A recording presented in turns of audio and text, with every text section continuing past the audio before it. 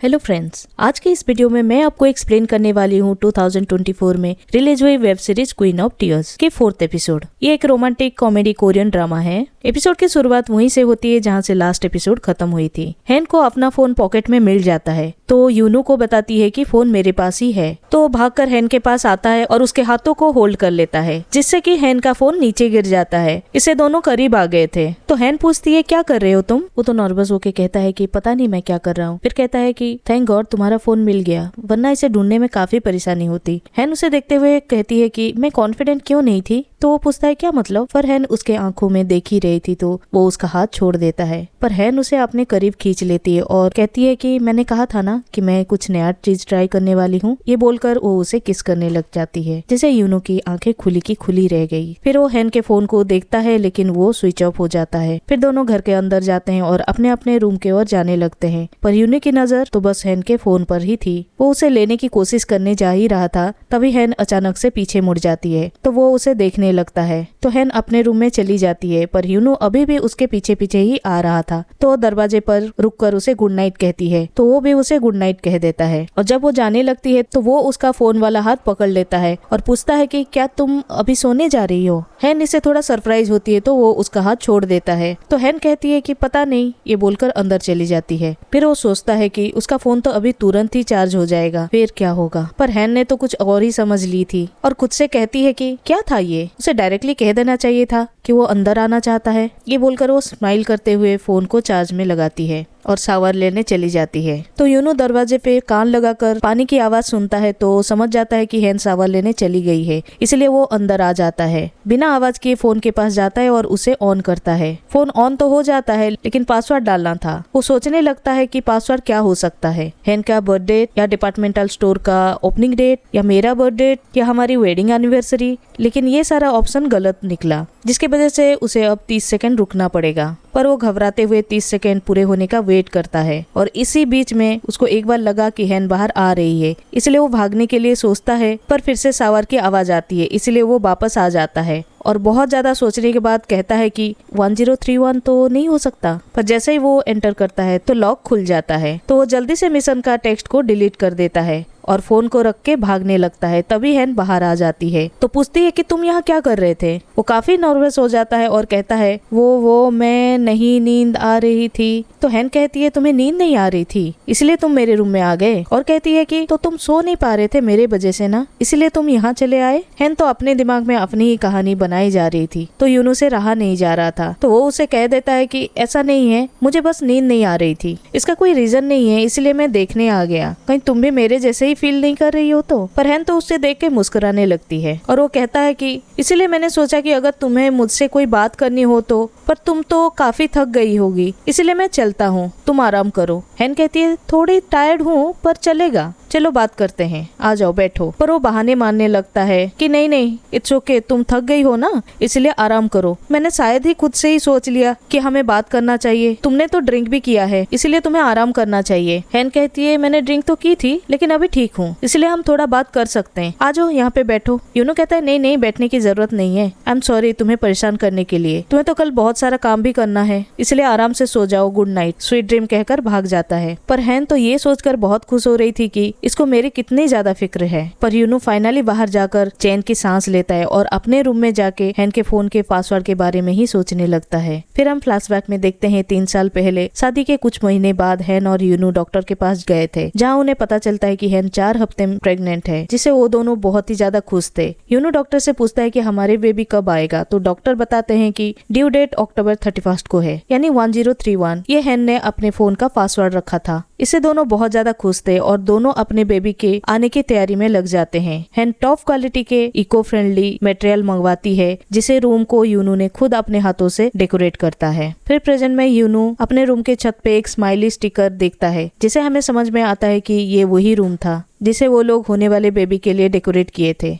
Smiley को देखकर यूनू बहुत ज्यादा दुखी होता है और उधर यूनू के मॉम उसके बड़े भाई बहन को बहुत ज्यादा डांटते हैं कि डिवोर्स के बाद हैन को बताने जाने के लिए। तो मिशन कहती है कि अब उनके बीच में सब कुछ ठीक हो चुका है, क्योंकि हैन को पता ही नहीं था डिवोर्स वाली बात। शायद उनके बीच में कुछ सॉर्ट आउट हो चुका है, पर मॉम कहती है कि बिना मतलब का यूनू आकर ऐसे डिवोर्स की बात तो नहीं बताएगा, उनके बीच में जरूर कुछ ना कुछ प्रॉब्लम है। वो याद करती है यूनू की शादी के दिन जहाँ हैन की मॉम शादी के बाद घर के अंदर चली गई थी उनके फोटोशूट के दौरान। तो वो उससे बात करने के लिए उनके पास जाती है, जहाँ उनकी बातों से साफ साफ समझ में आ रहा था कि हैन की मॉम इस शादी से खुश नहीं थी। और वो इनडायरेक्टली यूनू की मॉम से ये भी कहती है कि आपका बेटा सच में बहुत ही स्मार्ट एंड चालू निकला, जो मेरी बेटी को शादी के लिए मना लिया। यूनू की मॉम ने भी उन्हें काफी प्यार से समझाया था कि हमारे बच्चे दोनों एक दूसरे से प्यार करते हैं, इसलिए हमें उनकी इस नई जिंदगी में सपोर्ट करना चाहिए। पर तब हैन की मॉम उन्हें कहा था कि तुम होती कौन हो मुझे बताने वाली कि मुझे क्या करना चाहिए और क्या नहीं। तो याद करके अपने बेटे के लिए कहती है कि डिवोर्स ले या ना ले, बस खुश रहना और एक अच्छी जिंदगी जीना। इधर सुबह सुबह हैन न्यूज़पेपर पढ़ते हुए ऑरेंज जूस पी रही थी, जिसे देख के यूनू को यंगसंग की बात याद आती है कि उसने कहा था कि सुबह ऑरेंज जूस पी लेना, तुम्हारा हैंगओवर उतर जाएगा। इसलिए वो हैन से कहता है कि जूस ठंडा होगा, इसलिए उसे छोड़ो, मैं तुम्हारे लिए गर्म चाय बना के लाता हूँ, कुछ गर्म पियोगी तो अच्छा लगेगा। पर हैन कहती है कि मुझे चलेगा। और तभी वो यूनू में कुछ तो नोटिस करती है और उसे रुकने के लिए कहकर उसके पास जाती है और उसके गर्दन की ओर अपने हाथ ले जाती है। यूनू को लगा कि फिर से वो किस करने वाली है, इसलिए वो तो पहले ही अपनी आंखें बंद कर लेता है और धीरे धीरे पीछे जाने लगता है। और उसकी हार्ट बीट तो फास्ट हो रही थी, इसलिए वो किस के लिए तैयार हो जाता है। पर वो तो बस उसके कपड़े में से कुछ हटा रही थी और कहती है तुम अभी छोटे बच्चे नहीं हो, तो जरा अपने कपड़ों का ध्यान रखो। और उसे देख के स्माइल करती है और फिर बैठ जाती है। वो थोड़ा एम्बैरेस होकर वहाँ से निकल जाता है और वॉशरूम में जाके कहता है ऐसा कुछ नहीं था, मेरा दिल बस जोर जोर से धड़क रहा था क्योंकि मुझे डर लग रहा था और कुछ नहीं। ये बोलकर वो अपने आप को दिलासा देता है। फिर अगले सीन में हम देखते हैं वो तैयार होकर बैठा था। थोड़ी देर में हैन भी तैयार होकर नीचे आती है और उसे देखते ही वो देखता ही रह गया था। हैन उसे पूछती है कि मैं इसमें कैसी लग रही हूँ, मैं आज इसे पहनकर एक मीटिंग में जाने वाली हूँ, तो ये सही रहेगा ना। वो तो बस उसे देखते ही रह गया था। फिर वो बताती है कि ये हर्षायना का लिमिटेड एडिशन ड्रेस है जो इस दुनिया में सिर्फ 2 ही बना था, एक है हर्षायना प्रेसिडेंट मिस्टर हरमन के वाइफ के पास और दूसरा मेरे पास। हैन पूछती है क्या तुम्हें ये अच्छा नहीं लगा, पर वो तो अभी भी उसे देखे जा रहा था और कहता है बहुत अच्छा है। फिर बाहर आकर वो सोचता है कि आज वो मुझे इतनी ज्यादा खूबसूरत क्यों लग रही है। और तभी हैन बुलाती है तो वो उसके साथ जाने लगता है। तो वो उसे कहती है कि आज तुम भी बहुत अच्छे लग रहे हो, जो सुन के वो तो बड़ा ही खुश हो जाता है। इतना कि आज वो ऑफिस में भी बहुत ही अच्छे मूड में रहता है। इवन वो काम करते हुए भी रोमांटिक सॉन्ग गुनगुनाता है, जो सुन के एक जूनियर कहता है कि लगता है आज आप बहुत अच्छे मूड में हो। वो कहता है नहीं नहीं ऐसा कोई बात नहीं है। जूनियर कहता है कि पहली बार मैंने आपको गाना गुनगुनाते हुए सुना है। उसे तो इस पर बिलीव भी नहीं हो रहा था। तो वो सोच ही रहा था कि आज मुझे क्या हो रहा है, क्या मैं इसीलिए इतना ज्यादा खुश हूँ कि हैन ने मुझे पहली बार कॉम्प्लीमेंट दिया, पता नहीं इतना खुश क्यों लग रहा हूँ। और तभी उसे मीटिंग रूम में हैन नजर आती है, जो कुछ डिजाइन को लेके बहुत ज्यादा ध्यान से देख रही थी। और वो बाहर से कहता है कि देखो कैसे वो डिजाइन को देख रही है और थोड़ी देर में इन सब को डांटने लगेगी, कहकर वो काउंटिंग भी करने लगता है। एग्जैक्टली 5 काउंट करने के बाद हैन तो इस डिजाइन में गलतियां निकालकर उन्हें डांटने लगती है। वो तो एक एम्प्लॉय पे गुस्से में चिल्लाती भी है। बाहर से वो कहता है कि देखो ये कैसे चिल्ला रही है, इसलिए मुझे इससे डर लगता है और इसी डर से मेरी हार्ट बीट फास्ट हो जाती है। लेकिन अगले ही पेज पर हैन को एक बहुत ही अच्छा डिजाइन मिल जाता है। इससे वो तो बड़ी खुश होती है। तो ये देख के कहता है कि इसे क्या हो गया, अचानक से इतना खुश हो रही है। हैन को खुश देखकर वो भी स्माइल करता है। फिर रात को यूनो अपने दोस्त यंग के साथ खाना खाने के लिए आया था, जो उसे कहता है कि क्या तू जानता है कि एक्ट्रेस रोमांटिक सीन शूट करते हुए सच में ही एक दूसरे के प्यार में पड़ जाते हैं, जैसे क्रैश लैंडिंग ऑन यू के star Hyun Bin and Son Yong, क्योंकि सच में ही उन दोनों का ड्रामा शूट करते हुए प्यार हो गया था। फिर उन्होंने रियल लाइफ में भी शादी कर ली। वो कहता है मेरे साथ ऐसा नहीं है। तो यंग कहता है फिर तूने उस शू को क्यों गिफ्ट किया, जिसे आज दोपहर का फ्लैशबैक शुरू होता है और हम देखते हैं हैन एक्सेलेटर की भी सीढ़ियां चढ़ते हुए जा रही थी। दूर से उसे यूनो देख लेता है और कहता है कि ये कितनी इम्पेशेंट है, एक्सेलेटर पर भी आराम से नहीं जा सकती। हैन अचानक से ट्रिप कर जाती है, जो देख के वो जोर से चिल्लाता है कि संभल कर। तो सब लोग देखने लग जाते हैं कि कौन इतनी जोर से चिल्लाया। हैन भी सोचती है कि कौन पागल है जो इतना जोर से चिल्ला रहा है। वो पीछे मुड़ के देखने लगती है, जिससे पहले कि वो भाग के नीचे छुप जाता है। और वहाँ एक शू स्टोर था, जहाँ काम करने वाला उसे पूछता है कि क्या आपको कुछ चाहिए सर। तभी उसकी नजर एक शू पर पड़ गई थी, तो वो हैन के साइज का शू पैक करा लेता है। फिर प्रेजेंट में यंग कहता है कि अच्छा तो तूने इस वजह से उसके लिए शू खरीदा। तो वो बताता है कि मैंने इन शू को उसे देने गया था। यंग पूछता है कि तब उसने क्या कहा। फिर से फ्लैशबैक में यूनू बड़े ही खुश होकर हैन के सामने शू लेकर आ गया और एक अजीब सा स्माइल दे दी। हैन कहती है तुम्हें ये 50% ऑफर में मिला इसलिए तुमने खरीद ली। तो वो कहता है कि ये शू बहुत ही पावरफुल है और ये आखिरी पीस था इसीलिए मैंने खास तुम्हारे लिए ये खरीदा है। हैन कहती है पर मेरे पास तो बहुत सारे महंगे महंगे सैंडल एंड हील्स पड़े हुए हैं तो मैं ये 50% में खरीदे हुए शू क्यों पहनूंगी। वो कहता है कि मुझे पता है कि तुम्हारे पास बहुत एक्सपेंसिव एंड लिमिटेड एडिशन वाले सैंडल एंड हील्स है पर उनमें से कोई भी पहनने के लिए कंफर्टेबल नहीं है पर ये शू सुपर कंफर्टेबल है। वो सब एक्सपेंसिव चीजें दिखने में तो अच्छी होती है पर तुम उनके बिना भी खूबसूरत हो। ऊपर से वो हील कितने पतले और ऊंचे होते हैं। मुझे तो डर है कि कहीं तुम उसे पहनकर गिर गई तो इसलिए क्यों ना तुम इस शूज को ट्राई करो। ये सब सुनकर हैन तो बहुत ज्यादा खुश होती है और उसे कहती है कि ठीक है इन शूज को यहीं पर रख दो। थोड़ी देर बाद हैन जब बाहर आती है तो वो यूनू के दिए हुए शू को पहनी हुई थी। ये देखकर यूनू तो बहुत ही ज्यादा खुश हो जाता है। तभी उसका जूनियर आता है और कहता है कि आज बॉस थोड़ी सी अलग लग रही है। तो हंसते हुए कहता है कि हाँ पता है बहुत सुंदर लग रही है। तो जूनियर कहता है कि नहीं मुझे तो गुस्से में लग रही है। तभी हैन से मिलने के लिए यंगसन आता है तो उन्हें देखकर जूनियर कहता है कि आजकल ये यंगसन बॉस से कुछ ज्यादा ही मिलने आता है। तो कहता है कि वो तो हर्षायना स्टोर के बारे में डिस्कस करने के लिए मिलते हैं। जूनियर कहता है पर हर दिन साथ में लंच करते हैं, कॉफी पीते हैं, साथ में वॉक करते हैं। तो ये कहता है कि ये सब वर्कहॉलिक लोगों की आदत है, कॉफी पीते हुए चलते हुए काम की बात करना। पर तभी दोनों देखते हैं कि यंगसन तो हैन के बाल टच कर रहा था जो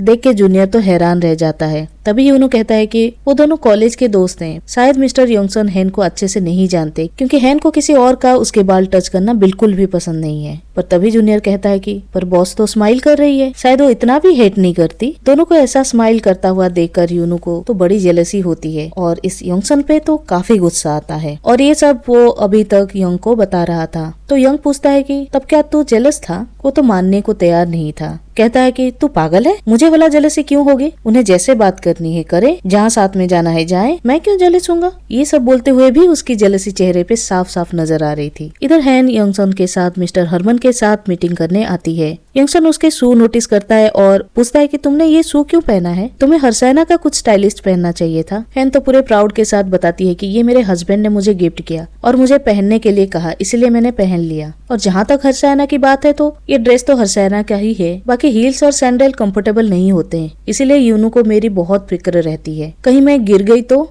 इसलिए उसने मुझे एक कंफर्टेबल शू ला कर दिया। अब उसे मेरी कुछ ज्यादा ही फिक्र हो रही तो मैं क्या कर सकती हूँ। वो यूनू के बारे में सोचकर काफी स्माइल कर रही थी जो देखते हुए यंगसन को अच्छा नहीं लग रहा था। कुछ देर में दोनों मीटिंग वेन्यू पर पहुंच जाते हैं जहाँ यंगसन हैन को मिस्टर हरमन के कुछ डार्क सीक्रेट बता देता है जिस वजह से मिस्टर हरमन को हैन के स्टोर का डिजाइन को अप्रूव करना पड़ता है। मीटिंग के बाद हैन यंगसन से कहती है कि उनके सीक्रेट सिर्फ तुम्हें पता थे, यानी अब वो तुम्हारे खिलाफ होंगे। वो कहता है डोंट वरी, मेरे पास अभी भी उनके खिलाफ कुछ है इसलिए वो मेरा कुछ नहीं बिगाड़ सकते। तो हैन उसे कहती है कि तुम काफी बदल चुके हो, कॉलेज टाइम में तुम ऐसा बिल्कुल भी नहीं थे, पर जो भी हो तुम्हारी एक हेल्प धार रही है मुझ पर जिसे मैं तुम्हें रिप्लेस कर दूंगी। इधर यूनू रात को वापस आते टाइम केक पैक करा लेता है जो देख के यंग कहता है कि क्या तू ये घर ले जा रहा है हैन के लिए ना। ये बोलकर वो हंसते हुए कहता है कि मुझे पता था, काफी टाइम से मुझे डाउट भी हो रहा था तू हैन से अभी भी प्यार करता है। वो कहता है कि मैंने बताया था ना कि मैं अब उसे पसंद नहीं करता। पर तभी हैन की मैसेज आता है कि जल्दी से घर आओ, एक गुड न्यूज है जिसे तुम्हें बहुत अच्छा लगेगा। जिसे देख के यंग कहता है कि कहीं ये गुड न्यूज हैन की विल तो नहीं है जिसमें उसने लिखा होगा कि आज से मेरा सब कुछ तुम्हारा। वो कहता है कि नहीं यार, ऐसा नहीं हो सकता। पर यंग तो उसे बोलने लग जाता है जिसे यूनू को भी थोड़ा थोड़ा ऐसे ही लगने लगता है। तो वो बड़ा ही खुश होकर घर पहुंचता है और उसे केक देते हुए कहता है कि मैं जल्दी से घर आ गया ताकि ये केक ठंडा ना हो जाए। हैन ये सुनकर बहुत खुश होती है। तभी वो उसे पूछता है कि वैसे वो गुड न्यूज क्या था। तो हैन उसे एक कवर देते हुए कहती है कि खुद ही देख लो। यूनू तो बड़ा ही एक्साइटमेंट के साथ कवर खोलता है। तो हैन कहती है कि ज्यादा सरप्राइज मत होना। यूनू कवर को ओपन करता है तो उसके अंदर यूरोप के one of the best medical research centre का रिपोर्ट होता है जिसे पढ़ के यूनू उसकी ओर और शॉकिंगली देखता है। हैन बहुत ज्यादा खुश होकर उसे बताती है कि सही देखा तुमने, वो लोग मुझे ठीक कर सकते हैं। तो शॉकिंगली कहता है क्या। हैन बताती है कि और इसके चांसेस 50% से भी ज्यादा है। ये सुनकर तो यूनू और ज्यादा शॉक्ड हो जाता है। वो दिखाती है कि उनका कहना है कि मेरे ठीक होने के चांसेस 51% है और कहती है कि मैंने कहा था ना कि मैं इस बीमारी से नहीं हारूंगी क्योंकि गॉड मेरे साथ है और तुम भी मेरे साथ हो। ये बोलकर वो बहुत ज्यादा खुश होती है और यूनू के चेहरे से खुशी बिल्कुल गायब हो जाती है। इसलिए वो वापस ग्राउंड में जाकर चिल्लाने लगता है अपनी फूटी किस्मत पर, क्योंकि हैन के ठीक होने के बाद उसे इसी फैमिली में रहना पड़ेगा जिनका टॉर्चर इतने सालों से वो झेलता आया है। फिर वो अपने रूम में आकर इसी 50% पे गुस्सा निकालता है और सोचता है कि अगर ठीक हैन हो गई तो वो याद करने लग जाता है कि उसे पिछले सालों में क्या सब झेलना पड़ा है और छोटी से छोटी चीज के लिए हैन के फैमिली वाले ने उसे बहुत डांटते थे। डेली टाइम पे मीटिंग पे आओ, खाने पे आओ, 1 मिनट कभी लेट होता था तो सभी लोग लेक्चर देने लग जाते थे। हैन भी अपने फैमिली वालों को कुछ भी नहीं कहती थी। कभी हैन को घर पहुंचने में लेट हुआ तो वो भी यूनू को ही डांट मिलती थी। साल में 15 बार मेमोरियल सर्विस का खाना बनाने हुए उसकी हालत खराब हो जाती थी, इसलिए वो अकेले ही रोया करता था। फिर इस फैमिली के हर लीगल लफड़े को संभालने के लिए दिन रात काम करो, इन सब से ये थक चुका था। फिर गम भुलाने के लिए ड्रिंक करने के लिए बाहर जाता तो ये दोनों नमूना हमेशा उसके पीछे रहते हैं, हर जगह उसको फॉलो करते हुए जाते हैं। इस सब से तो वो बहुत ही ज्यादा परेशान हो गया था। इन सब चक्कर की वजह से उसे एंजाइटी होने लगी थी। इसके लिए उसे काफी सारी दवाई खानी पड़ती है। उसे रात रात भर नींद नहीं आती थी और अपने ऐसा लाइफ पे रोने के लिए उसके पास एक शांत जगह भी नहीं थी, इसलिए वो कार वॉच पे लगाकर अंदर बैठकर रोते रहता था। ये सब याद करके वो कहता है कि मैं अगले 50 साल तक ऐसी जिंदगी नहीं जीना चाहता, इसलिए मैंने डिवोर्स का फैसला लिया। शायद मुझे वही करना चाहिए था। पर वो भी सोच लेता है कि अगर वो डिवोर्स पेपर लेकर हैन के पास गया तो हैन उसका क्या हाल करेगी। वो इमेजिन करने लगता है कि हैन के ठीक होने के बाद वो उसे डिवोर्स पेपर देने गया, जिसे देखते ही उसे कहती कि तो तुमने मुझे धोखा देने का डिसाइड कर लिया। वो डरते हुए कहता है कि तुम्हें तो अपनी लाइफ वापस मिल गई, इसलिए मुझे भी मेरी जिंदगी लौटा दो। हैन कहती है कि मैंने कहा था ना कि जो मुझे धोखा देगा उसे मैं मार डालूंगी। ये बोलकर एक गन निकालती है और उसे शूट कर देती है। ये सब सोचकर वो तो डर जाता है और कहता है कि वो तो मेरे इस इमेजिनेशन से भी बुरा कर सकती है। अगले दिन था वीकेंड। वमजा अपने डैड की कुछ ज्यादा ही खातिरदारी करने लगती है और उन्हें अपने बर्थडे पे कहीं चलने के लिए कहती है। इधर यंगसन हैन से मिलने आया था तो यूनू को उसे यहाँ देखकर बड़ी चिढ़ होती है, तो वो उनके साथ आकर बैठ जाता है। पूछता है कि वीकेंड पे तुम हमारे घर पे कैसे? हैन बताती है कि हर्षायना ग्रुप के साथ नेगोशिएशन चल रही है तो हम दोनों उसके बारे में डिस्कस कर रहे हैं। वो कहता है कि फिर तो मुझे भी यहाँ होना चाहिए, आखिर मैं भी क्वींस ग्रुप का लीगल हेड हूँ, मुझे भी तो ये सारी जानकारी होनी चाहिए। यंगसन कहता है कि लीगल टीम बाद में इन्वॉल्व होगी, पहले दोनों कंपनी के सीईओ के बीच बात हो जाए, डील फाइनल हो, उसके बाद लीगल टीम अपना काम करेगी। हैन कहती है कि क्या हम तुम्हें डिस्टर्ब कर रहे हैं, तो हम दोनों कहीं और चले जाते हैं। यंगसन कहता है कि मेरे होटल में चले। ये सुनते ही यूनू कहता है कि नहीं, तुम दोनों यहीं बैठो, आराम से बैठो और शांति से डिस्कस कर लो। पर वो तो उठने का नाम ही नहीं ले रहा था। तो यंगसन उससे थैंक यू कहता है, तो वो कहता है मुझे तो तुम्हें थैंक यू बोलना चाहिए क्योंकि तुम मेरी वाइफ की इतनी हेल्प जो कर रहे हो। तो हैन यंगसन से पूछती है कि क्या तुम्हें कॉफी चाहिए? यंगसन हाँ कहता है तो यूनू कहता है कि मेरे लिए भी लाना, जिसमें हैन कहती है कि तुम तो खाली पेट कॉफी नहीं पीते। तो उसे थोड़ा ऑकवर्ड फील होता है, तो कहता है कि मेरा तबीयत खराब हो जाएगा, इसीलिए मुझे वो कॉफी पीने नहीं देती और मुझे छोटा बच्चा जैसे केयर करती है और मेरी फिक्र करना छोड़ती ही नहीं। ये बोलकर हंसने लग जाता है, जो सुन के अब यंगसन भी शुरू हो जाता है और कहता है कि पर वो मेरे साथ ऐसा नहीं करती, वो हमेशा मुझे हेल्प मांगती है और कहती है कि सिर्फ मैं ही हूँ जो उसकी हेल्प कर सकता हूँ। तो बताओ मैं उसकी हेल्प कैसे ना करूं? देखो ना, इस बार भी उसने मुझे हेल्प करने के लिए बुलाया क्योंकि ये डील क्रैक करने में 1 साल लग जाता, क्योंकि ऐसे कंपनी के बीच में नेगोशिएशन में बॉस लोग जाते हैं। पर उसने मुझे कहा कि 2 हफ्ते में नेगोशिएशन कंप्लीट करो, चाहे हर वक्त हमें साथ में काम ही क्यों ना करना पड़े। ये सब सुन के यूनू का फेस तो देखने लायक था। तो उठकर किचन में आता है जहाँ हैन कॉफी बना रही थी। तो वो उसे रोकते हुए कहता है कि कोई तुम्हारा बाल टच करता है तो तुम्हें बिल्कुल भी पसंद नहीं था ना? हैन पूछती है क्या मतलब? वो कहता है कि लास्ट टाइम मैंने जब तुम्हारे बाल टच किए थे तब तुमने मुझे कितना गुस्सा किया था और कहा था कि मैं तुम्हारा हेयर स्टाइल बिगाड़ रहा हूँ। तो हैन पूछती है तो कहना क्या चाहते हो? वो कहता है कि मैं तुम्हारे बाल टच करूं तो तुम्हें गुस्सा आता था, तो तुमने कल यंगसन पे गुस्सा क्यों नहीं किया? उसने भी तो तुम्हारे बाल टच किए थे। हैन कुछ कहने जाती उससे पहले ही वो कहता है मैं बस चाहता हूँ कि तुम सबके साथ फेयर रहो, अगर कोई आदमी तुम्हारे बाल टच करता है तो तुम उस पर भी गुस्सा करो। वो चुपचाप उसकी बात सुनकर कॉफी उठाकर उसे बिना कुछ कहे चली जाती है और जाते हुए स्माइल करती है क्योंकि वो समझ गई थी कि वो जेलस है। पर यूनू कहता है कि ऐसे ही चली गई बिना कुछ कहे। इसके बाद तो वो घर के बाहर घूम रहा था और बाहर से ही उन दोनों को देख रहा था। दोनों हंसते हुए बात कर रहे थे, जो देख के वो कहता है कि क्या बात चल रही होगी जो ये लोग इतना हंसे जा रहे हैं। पहली बार मुझे किसी की हंसी अननोन लग रहा है। तभी उसे यंगसन देख लेता है तो वो रिमोट से कॉटन को बंद कर देता है, जो देख के वो गुस्से में सामने की ओर आने लगता है और यंगसन को गुस्से हुए कहता है कि अगर तू ऐसा करेगा तो मैं तुझ पे नजर नहीं रखूंगा, पर मैं कोई ना कोई रास्ता निकाल लूंगा, मेरी नजर हमेशा तुझ पर रहेगा। जिसके बाद हैन और यंगसन एक रूम में बैठकर बातें कर रहे होते हैं और बाहर से यूनो उनकी बातें सुनने की कोशिश कर रहा था। तो वो डिसाइड कर लेता है कि वो तो अब अंदर जाकर ही रहेगा, इसलिए वो पहले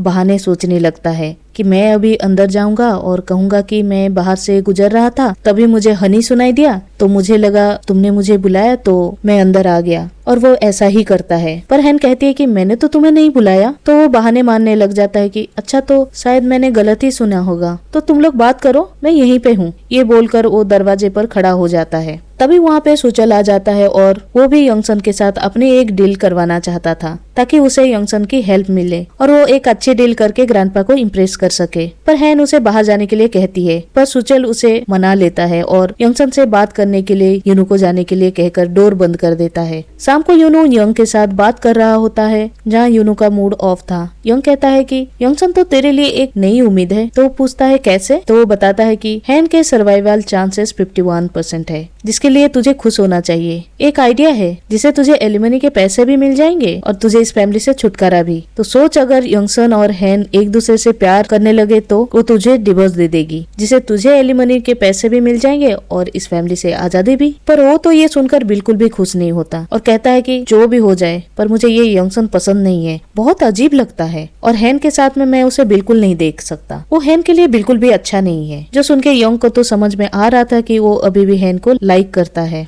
फिर हम सुचोल को देखते हैं जो यंगसन को अपने साथ एक प्लॉट दिखाने लाया था, जहाँ पे वो एक बहुत ही बड़ा रिजॉर्ट बनाने का प्लान बताता है, जिसमें वो यंगसन को अपना पार्टनर बनाना चाहता था। लेकिन यंगसन उसे डायरेक्टली मना ना करते हुए कहता है कि वो सोचेगा इस बारे में। इधर बटलर ग्रेस हैन के मॉम के कान भरती है कि जब से यंगसन आया है हैन तब से उसके पीछे ही पड़ गई है। इस वजह से सुचोल को उससे बात करने का मौका भी नहीं मिलता, और क्योंकि यंगसन हैन के कॉलेज का दोस्त है इसीलिए वो हैन की कुछ ज्यादा ही मदद कर रहा है। हर्षानी के साथ पार्टनरशिप करने के बाद वो 1 ट्रिलियन क्लब में शामिल हो जाएगी और चेयरमैन के प्रॉमिस के हिसाब से हैन को क्वींस ग्रुप मिल जाएगा। पता नहीं हैन ने सुचल के बारे में यंगसन को क्या बताया है, जिससे यंगसन तो सुचल को अपना पार्टनर बनाने का लायक भी नहीं समझता। जो सुन के हैन की मॉम को तो बहुत गुस्सा आता है। हैन की मॉम साजू में कुछ ज्यादा ही मानती थी, तो उस पर बटलर कह देती है कि जब हैन पैदा हुई थी आपने उसके बारे में पूछने के लिए कहा था, तो मैंने पूछा था और उन्होंने बताया था कि हैन की किस्मत में पूरी जिंदगी अपने भाइयों को परेशान करना लिखा है, जो कि सरासर झूठ था। क्योंकि ये सब वो जाके यंगसन को बताती है कि हैन के मॉम के अंधविश्वास का फायदा उठाकर बटलर ने उनसे बहुत सारे पैसे भी निकाले हैं। पिछले 15 सालों से बटलर ने यंगसन के साथ प्लान करके ये सब की है।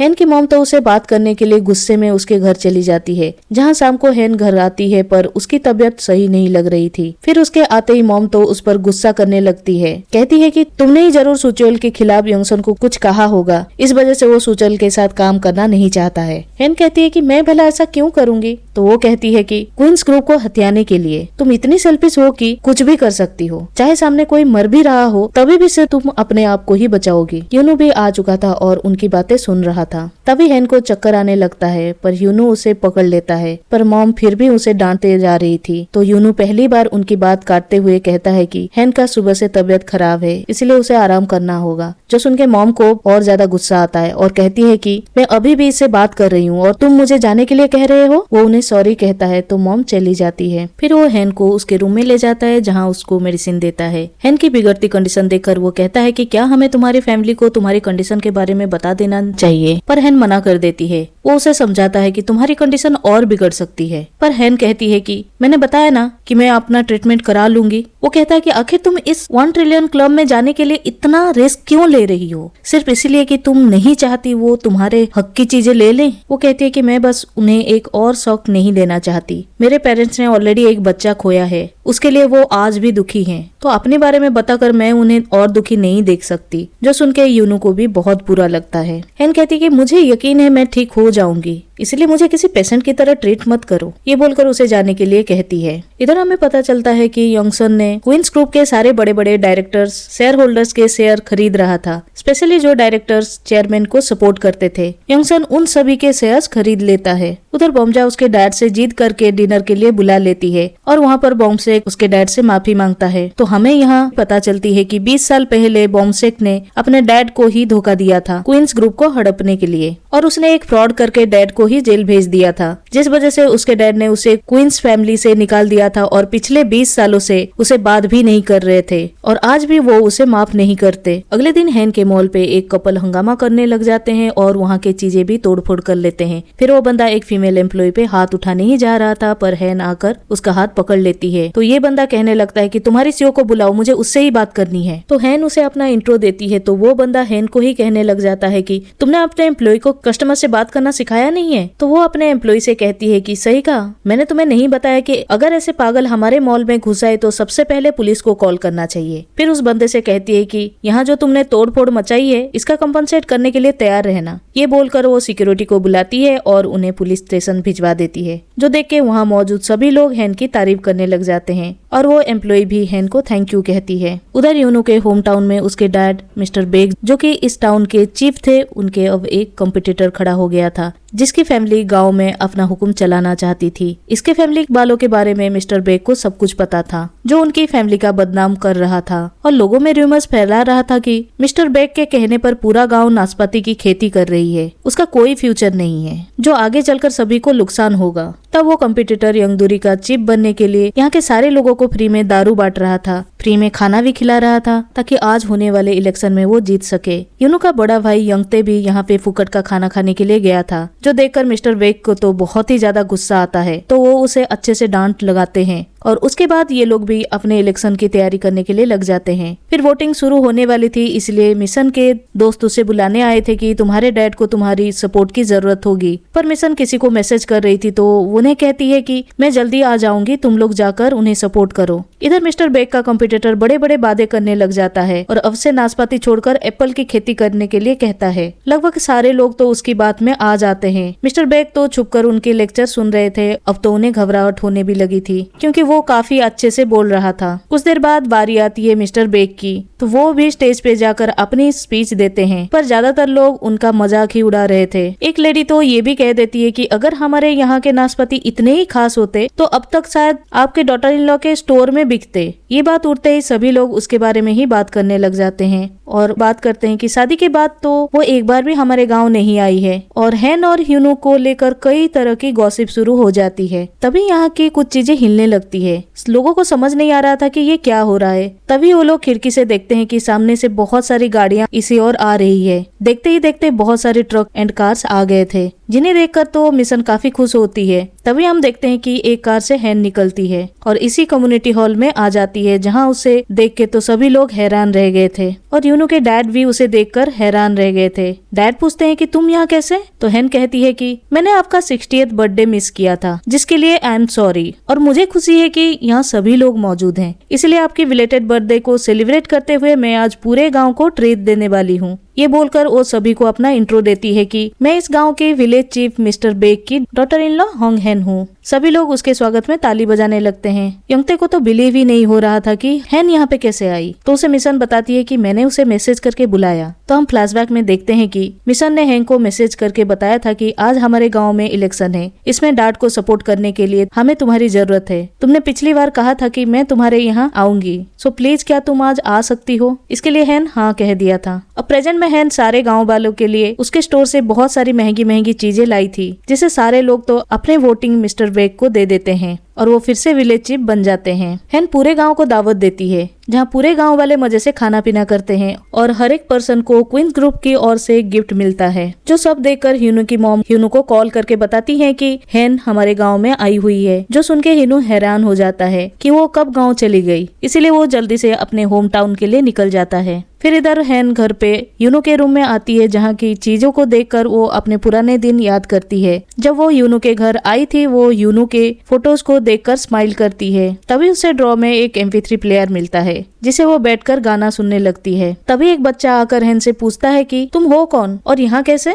हैन बताती है कि मैं यहाँ की डॉटर इन लॉ हूँ। बच्चा फिर से पूछता है कि मैंने तो आपको यहाँ पे कभी नहीं देखा। तो हैन बताती है कि मैं यूनू की वाइफ हूँ। जो सुन के बच्चा उसे अपना इंट्रो देता है कि मैं हिल हूँ, मेरे डैड हैं यंगते और यूनू मेरे अंकल हैं। इसका मतलब आप मेरी सोल वाली आंटी हो और बाहर वो स्टाइलिश कार भी आपकी है, तो क्या आप मुझे कार की एक राइड करा सकती हो? हैन कहती है हाँ, पर जब तुम ये सवाल करना बंद करोगे तब। जो सुनने के बाद हल साइलेंट हो जाता है। तो वो अपने ड्राइवर से कहकर उसको गांव का एक चक्कर घुमाकर ले आने के लिए कहती है। वो तो बड़ा खुश होता है। हैन फिर से गाना सुनने ही जा रही थी पर उसके हाथ से MP3 गिर जाता है। वो उसे उठाने जाती है पर अगले ही पल वो गाँव के खेतों के रास्ते में पहुँच गई थी और हम देखते हैं कि शाम भी होने आई थी। उसको याद ही नहीं था कि वो यहाँ पे कैसे आ गई थी, पर उसके पैर कीचड़ में गंदे हो चुके थे और उसके पैर पर चोट भी लग गई थी। यानी हैन की फिर से कुछ घंटों की मेमोरी लॉस हो गई थी। इसलिए वो तो काफी डर जाती है क्योंकि उसे समझ में नहीं आ रहा था कि वो कहाँ पे है, क्योंकि ये जगह बहुत सुनसान थी।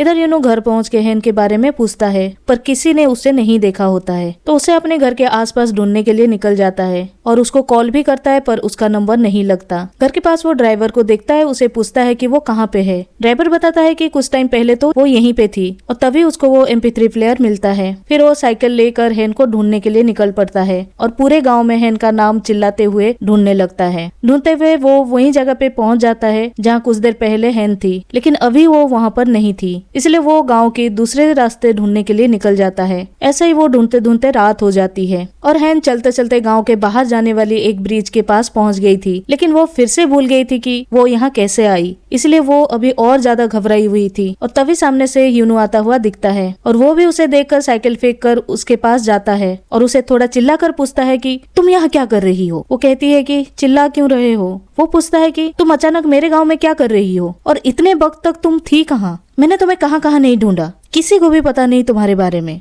घर छोड़कर तुम यहाँ पे क्या कर रही हो? हैन उसे रोकते हुए कहती है कि मैं बस वॉक पे आई थी। तो वो कहता है वॉक पर इतने दूर? तो हैन कहती है हाँ तो क्या हुआ? तो वो चिल्लाकर कहता है कि मुझे तुम्हारी कितनी फिक्र हो रही थी तुम्हें पता भी है? हैन भी चिल्लाकर कहती है कि मैं कोई पेशेंट नहीं हूँ जो तुम्हें हमेशा मेरी फिक्र करने की जरूरत पड़े। वो कहता है सही है, मुझे माफ कर देना, मैं तुम पर चिल्लाया। ये बोलकर वो गुस्से में जाने लगता है और तभी बिजली ऑन होने की वजह से रास्ते के सारे लाइट्स ऑन हो जाते हैं। तो हैन अपने आप को रोक नहीं पाती और कहती है कि मुझे कुछ याद नहीं है कि मैं यहाँ पे कैसे आ गई। ये सुन के वो रुक जाता है और पीछे मुड़ता है तो हैन उसे रोते हुए बताती है कि मुझे जितना याद है कुछ देर पहले मैं तुम्हारे घर के सामने थी, पर अगले ही पल में मैं किसी दूसरे जगह पे पहुंच गई थी। मुझे कुछ याद नहीं था कि मैं यहाँ कैसे आई। तभी वो उसके कपड़े देखता है और उसके चोट को भी देखता है। तो हैन उसे बताती है कि मैं बहुत डर गई थी। उसको इस कंडीशन में देखकर वो बहुत ही ज्यादा दुखी हो जाता है। उसके पास आकर उसे गले लगा लेता है। हैन भी पहली बार उसे गले लगाकर इतना रोती है और उसकी ये कंडीशन देखकर यूनू भी रो पड़ता है। फिर हम फ्लैशबैक में 2006 का सीन देखते हैं जहाँ यूनू अपने हाई स्कूल के पढ़ाई के लिए सोल आया था। स्कूल के पहले दिन डैड उसे छोड़ने आए थे। वहीं पर हम देखते हैं कि